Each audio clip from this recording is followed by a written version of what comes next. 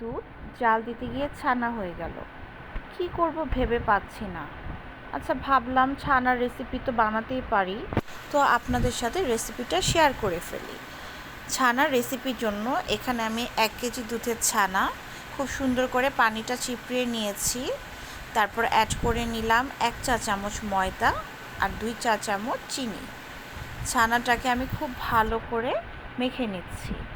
এই কাজটা একটু সময় নিয়ে করতে হবে, তাহলে আপনাদের ছানাটা খেতে খুবই ভালো হবে এবং টেক্সচারটাও খুব ভালো হবে, মসৃণ হবে। তো খুব ভালো করে মাখিয়ে নিচ্ছি একটু সময় নিয়ে।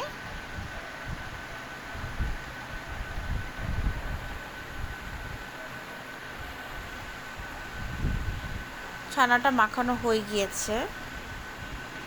এখন নেক্সট প্রিপারেশনের জন্য চলে যাচ্ছি। চুলায় একটা প্যান বসিয়ে দিলাম, দিয়ে দিলাম 1/2 কাপ পানি।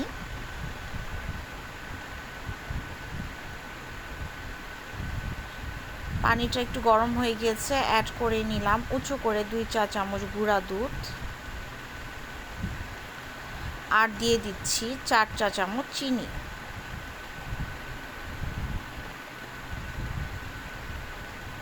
দেখতেই পাচ্ছেন দুধটা মোটামুটি বলক এসে গিয়েছে। দিয়ে দিচ্ছি একটা এলাচি। এলাচিটা দেওয়ার কারণ হচ্ছে ফ্লেভারটা খুব ভালো আসবে এটার জন্য। আপনারা চাইলে এলাচি গুঁড়া করেও দিতে পারেন, তবে এভাবে দেওয়াই বেটার।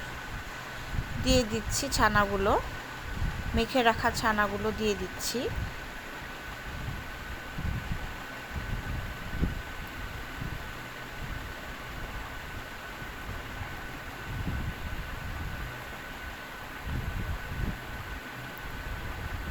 খুব ভালোভাবে আমি এখন এটা শুকিয়ে নিব। আমি একটু লো আছে এটা একেবারে শুকিয়ে নিচ্ছি। যতক্ষণ পর্যন্ত এটা একদম শুকিয়ে না যাবে আমি এভাবে নাড়তে থাকবো। ছানাটা যখন আঠালো ভাব হয়ে আসবে শুকিয়ে, তখন আমি এটা নামিয়ে নিব। টেক্সচারটা ঘন হয়ে এসেছে, এখন এটা আমি নামিয়ে নিব। ছানাটা অলরেডি আমি নামিয়ে একটা প্লেটে নিয়ে নিয়েছি। গরম থাকা অবস্থায় এটা সুন্দর করে শেপ দিয়ে কেটে নিব।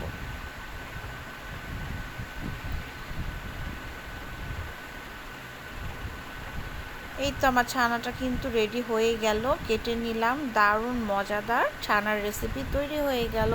এভাবে সহজেই কিন্তু আপনারা বাসায় ছানা তৈরি করে বাচ্চাদের খাওয়াতে পারেন। যেমন টেস্টি তেমন হেলদি। Thanks for watching. সবাই অনেক ভালো থাকবেন। আল্লাহ হাফেজ।